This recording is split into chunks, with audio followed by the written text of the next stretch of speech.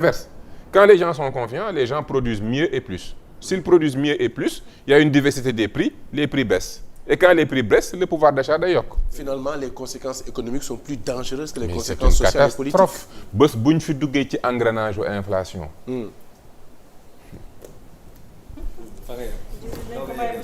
Mbissane alors le temps ma bàyyi ko mu souffler tuuti naan tuuti ndox yéen tamit yéen ñu ñuy suivre vous pouvez interagir ak ñun ngeen poser nous vos questions ngeen commenter également comme ni ngeen koy defee dama leen daan tàmm di leen tudd yéen ñëpp mais képp ku mu tudd rek xamal ne tudd naa la di remercier bu baax a baax toute l'équipe technique yi ñuy accompagner ci l'émission bi Focus 2024 qui aujourd'hui ñu ngi daal di dalal Moussa Balla Fofana ngeen xam ko bu baax mu nekk kenn ci kàngamu Pastef yi waaye itam nekk itam économiste mais coordonnateur du programme présidentiel législatif et municipal de Ousmane Sonko donc loolu mooy kooku tey jii la ñu dalal ci suñu émission Focus 2024 nous en sommes à la deuxième partie bien sûr de l'émission presque même à la fin de l'émission mais en attendant yéen ñëpp clin d'œil à vous tous surtout ñu nekk du côté de la diaspora parce que yéen soxla ngeen di am les infos réelles yi nga xam te ne nii moom la seen réew di dundee jamono ji en tout cas ci fàttali rek mooy conseil constitutionnel ci xibaar bu mujj daal dinaa nee na lépp lu jëm ci décret boobu Macky Sall daal di defoon ne day dàq wala sax annuler les élections jusqu'à 15 décembre 2024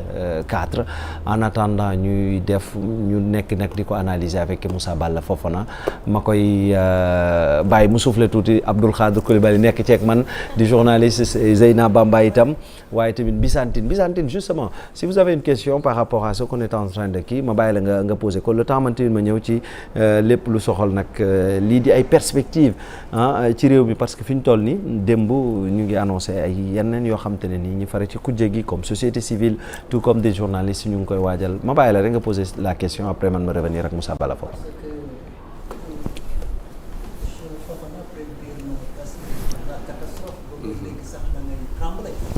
Donc moi je reviens à la charge loolu bu amee ñan mooy pâtir c'est le peuple sénégalais en fait c'est le peuple mooy pâtir du fait de qui peut-être du président Macky Sall peut-être qui a fait une grosse bourde peut-être il a voulu se rattraper en tendant la main à l'opposition pour l'intérêt général aussi peut-être ouais. Est-ce que c'est pas encore une fois un motif de discuter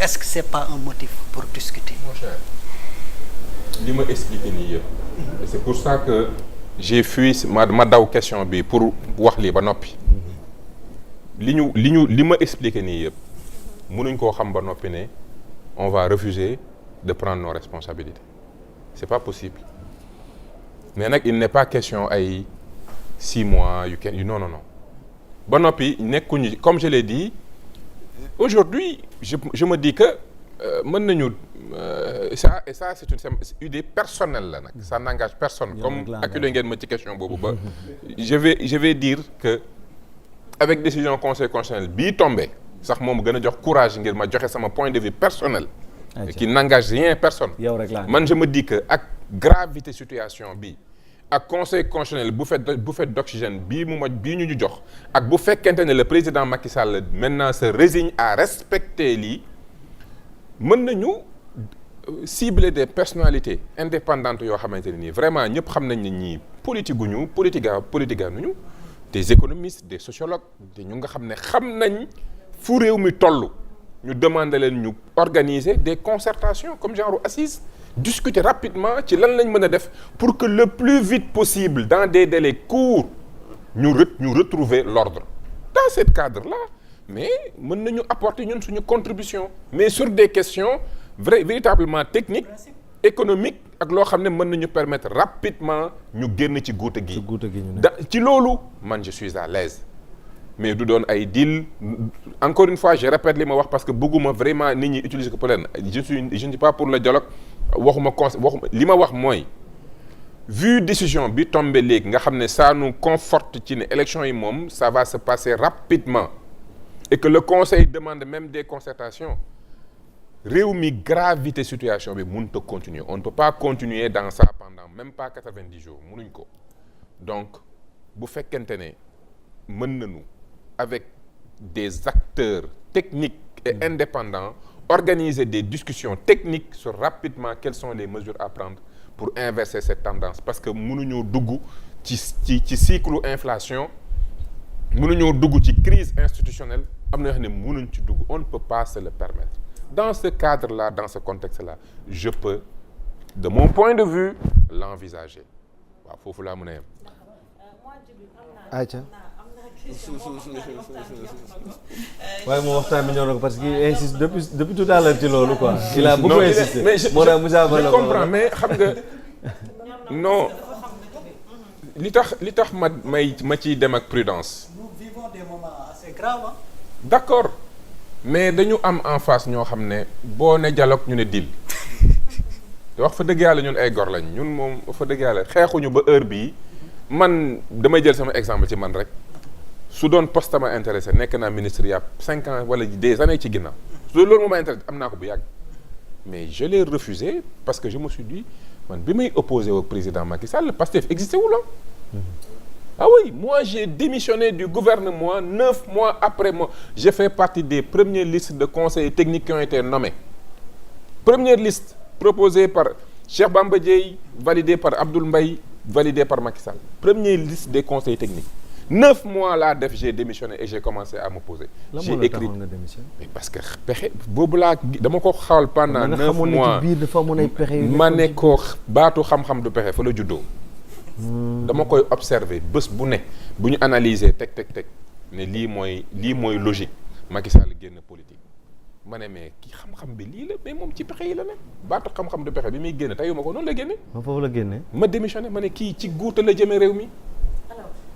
président Macky Sall dafa def sortie il y a juste une semaine sortie boo xamante ni ça a été repris ñu ci bari def ci taxaw jàngat c'est vrai que sortie bi yaatu na waaye dafa am partie wala sax kàddu yu mu yëkkati yoo xamante ni moo tiital ñëpp li muy wax ni nous ne sommes pas seuls dans la scène politique il y a d'autres forces yoo xamante ni dañu rax et si on signe pas wala bu ñu boolewul comme noonu la ko junjee ñun ñëpp ñooy ñàkk bi mu waxee loolu rek si lan la sa xel njëkk dem.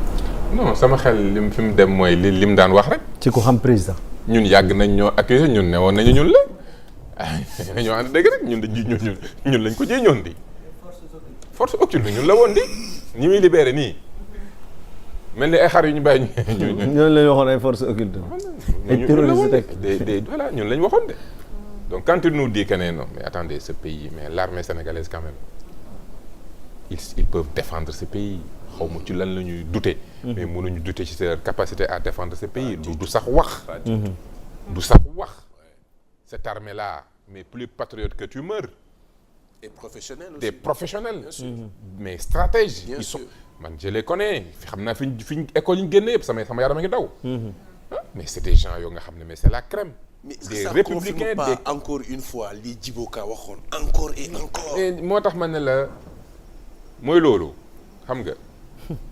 nañ ko rafetal rek bàyyi noonu mais mooy loolu c'est-à-dire que ne man taxaw di wax loolu mais non je mënuma ko gëm mais bi ci topp sax aussi mooy naan dañ ñu rax mais non seulement l'armée peut défendre ce pays mais l'armée ne va jamais faire des choses inacceptables. Pas du tout. Et aujourd'hui le Conseil constitutionnel vient encore conforter que ne affaire bi siffler la fin de la récréation voilà mënuñ koo def xëy na le 25 d'après li Conseil constitutionnel wax nañ ko def rapidement donc rapidement boobu nañ ci waxtaan et puis ñu génne sénégalais yi ñu jàmm nañu. ñu dem ci leneen quoi. alors Djibi bu ñu demee waay ci perspective bi xam naa ko. ayca fa laa doon waaj a dem mais yeggale. bi mooy ci lan lañ war a mën a ñëw dama bëgg rek ñu bàyyiwaale xel wala ñu defaale comme ça parce que.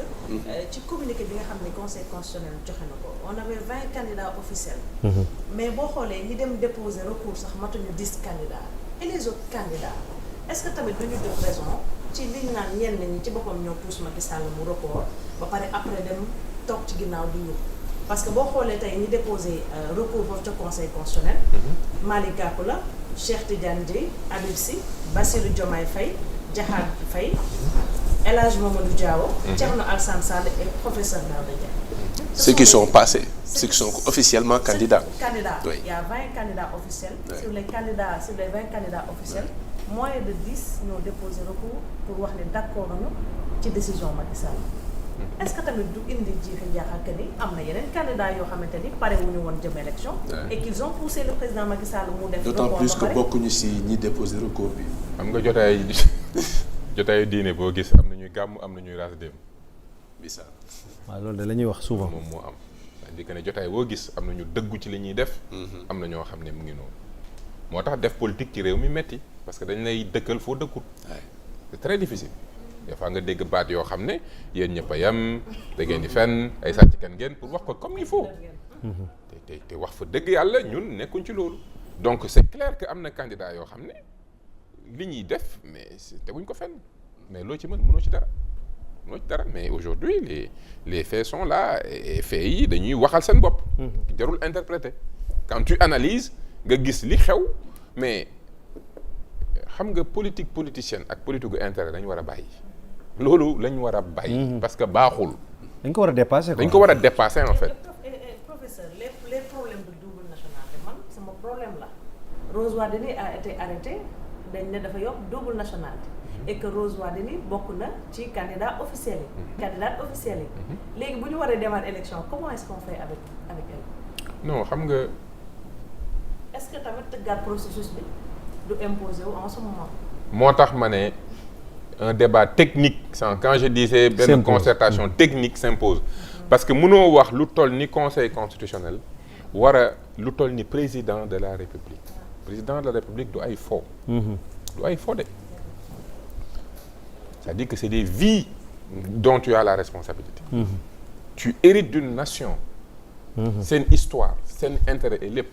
dossier yooyu mais dañ ko war a càmbar. man dama xamul lan mooy candidat yi bon ku nekk na boole morom mi quoi mel ni mais loolu mooy lan. moi je pense que recours yi am si biti la doon génn mais pas ci candidat. non mais dafa amul sens. c'est-à-dire que le conseil constitutionnel comme mission yi mu am bëriwul. parce que nag constitutionnel boo doon xool seen feuille de mission ils n'ont pas quand même ils n'ont pas beaucoup de choses à faire mais kon quand même bu ñu ñëwee ci élection bu ñu leen déposer dossier mais nañ leen may 1 mois wala 1 semaine wala boog ñu teg une équipe technique pour gëstu toutes les personnes def une enquête sérieuse parce que nag on parle du prochain président de la République on ne parle un peu passive. mais passive toog déposer leen bon léegi boolante leen seen biir doorante leen ku mën sa morom na daal. quand quelque chose cloche ensuite après ñun ñu jéem a xool. après ñu jàll te man dégg naa yeneen apparemment du dégg naa ne am na ñeneen ñu am. y en a d'autres. waaye liste bi kay ni ñu ko tegee moom bëri na moom. am na ñu nga xam ne am na ñu nga xam voilà donc dans cette situation là tu te poses la question est-ce que conseil constitutionnel bi waruñ ko étoffer mu am benn compétence technique d'enquête et de vérification am na yoo xam ne mënul dem. lii kenn du ci yor on parle de cour constitutionnelle une suggestion comme ça. mais dégg naa tey ku ko doon wax mu ne yaa ko Sénégal ngay am cour suprême am conseil constitutionnel Sénégal rek moo ko am waaw c'est une incongruité de notre système normalement cour suprême rek doyoon na cour suprême doyoon na. dafa bokk ci seen programme. xalaat ngeen ci loolu yéen tamit dafa bokk ci seen programme. non ñun moom bu ñu ñëwee moom xam nga mbiru justice dafa doon loo xam ne. engagement bi ñu jël mooy une réforme profonde mais concertée parce que justice du exécutif moo ko moom askan wee ko moom justice du magistrat yee ko moom askan wee ko moom donc bu ñu ñëwee dañuy def des réformes yu nga xamante ne nii buñ ci paree kenn ku ci nekk dina nangu ne justice bii kat am na au moins une véritable volonté systémique et organisationnelle d'indépendance moom dina feeñ ci bopp ñëpp maintenant les humains c'est les humains après on va trouver comment quand quelqu'un def erreur nu ñu koy corriger mais au moins moom li wétti wóor mooy justice bi ñu fi bëgg a teg mooy justice bu nga xamante ne moom kenn dootul taxaw ne la justice n'est pas indépendante wala n'a pas une autonomie ci li mu war a def en tout cas ñun on a tellement souffert ci loolu que on n'a pas le droit à l'erreur foofu moom. président day continuer di présider le conseil supérieur.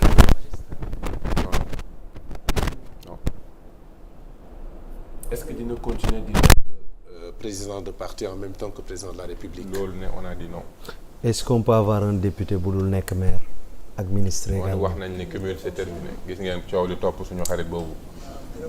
Birame Souleye waaw. te li ma ci neex mooy c'est les membres du parti jeunes militants du parti ñoo koy rappeler loolu et c'est ça la beauté de Pastef.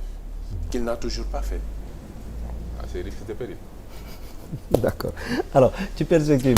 à préciser aussi que loolu ci programme présidentiel bi la nekkoon c'est dans le programme présidentiel qu'on avait dit pas de cumul. Voilà mais nekk dans les textes du parti ci biir parti bi mënoo fi cumul mais ci biir texte bi waxuñu woon waxu poste tu vois ce que je veux dire erreur boobu xëy na xam nga des fois bon. am na fu mu jafandu quoi. am na fu mu jafandu parce que aujourd'hui ce qui est clair mooy mënoo génne texte parti bi parle de l'organisation interne du parti donc foofu moom cumul mënu fi am par contre ci biir programme présidentiel bi lañ ne bu Ousmane Sonko faloo cumul dootul am. problème bi nag mooy dafa am benn niveau bu am mooy am na ñu falu te Ousmane Sonko faloogul. xam nga des fois nit di nga xalaat planifier mais finalement am benn situation bu yàlla créé boo xam ne mënoo si dara ñun dañ ne Ousmane dafa ne su ma faloo et ça c'est le candidat Ousmane Sonko su ma faloo moom cumul du am li ne ci parti bi moom la ñuy appliquer mais entre temps Birame Souleye falu na ci réew mu nga xam ne cumul c'est pas interdit. Son entêtement est compréhensible alors. non c'est man pour man bon ñenn ñi aussi ne nañ non bu démissionner poste bi beneen formation moo koy jël mais man je me dis quand on est sur des principes on reste sur des principes encore une fois l'opportunité ne justifie pas l'action man position personnelle boobu laa ci am mais à son corps défendant je vais me faire son avocat li mu def kenn mënul wax ne il a violé des textes du parti il ne l'a pas fait li mu def am na ci droit def ko bien que man su ma doon moom du ma ko def parce que je me dis que le principe bu ñu ko xasee wax lu Ousmane xasa wax daf ñuy engagé ñun ñëpp man noonu lay réfléchir. ñu ne ko